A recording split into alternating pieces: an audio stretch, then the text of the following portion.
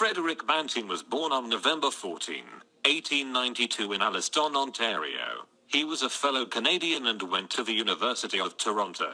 He was known for being the co-discoverer of insulin. How did you discover insulin? It started off with research aimed at isolating an internal secretion of the pancreas that might prove to be a cure for diabetes. This was a substance long sought by other researchers. When did you discover it? In 1920 to 1922, the experiment culminated in the discovery of insulin during the winter. Did you ever try to go into the army? I attempted to enter the army on the 5th of August, 1914 and again in October but was refused due to my poor eyesight. Did you ever succeed in entering the army? Yes, in 1915, I successfully joined the army and spent the summer training before returning to school. What were your plans for the future before discovering insulin? I planned to be a doctor and finished my studies in 1916 due to an urgent need for doctors to serve in World War I. What specific medical field did you go into? I studied orthopedic medicine and in 1919 to 1920 was resident surgeon at a hospital for sick children. What was your position in the hospital? I was unable to gain a place on the hospital staff and so I decided to move to London, Ontario to set up my own medical practice. I continued my journal practice whilst teaching orthopedics and anthropology part-time at the University of Western Ontario in London because my medical practice had not been particularly successful. I also lectured in pharmacology at the University of Toronto. What were your worst fears in 1941?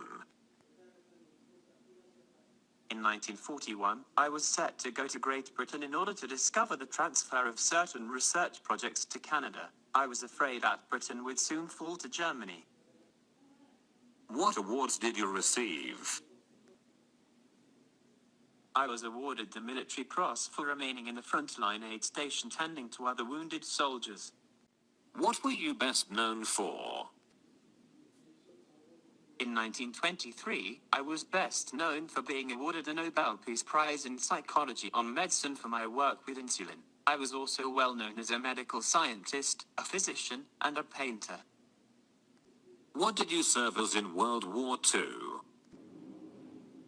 I served as a liaison officer between the British and North American medical services. What was your childhood like?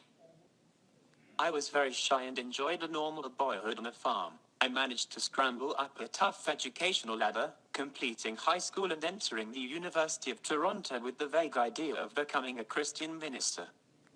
What were you doing in World War I?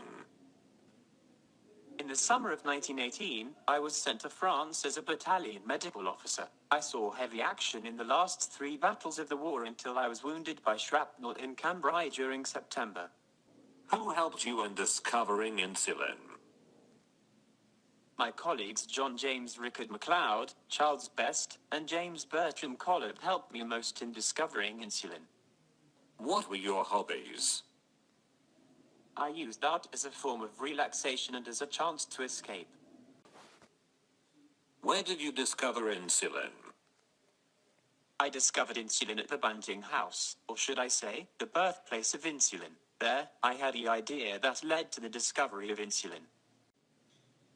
What motivated you to discover insulin?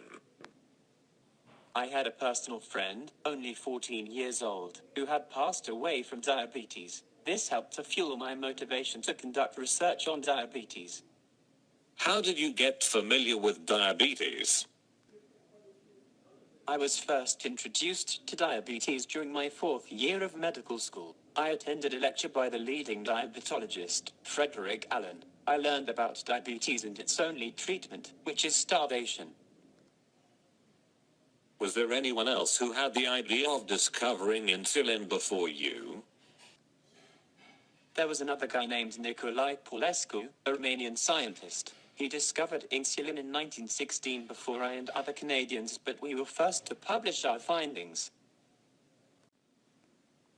Did you work with any famous groups?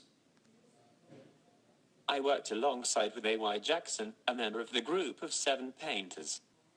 Frederick Banting died on February 21, 1941 on the Dominion of Newfoundland. He left a significant mark on Canadian history for his work in discovering insulin. Today he is well known as the co-discoverer of insulin.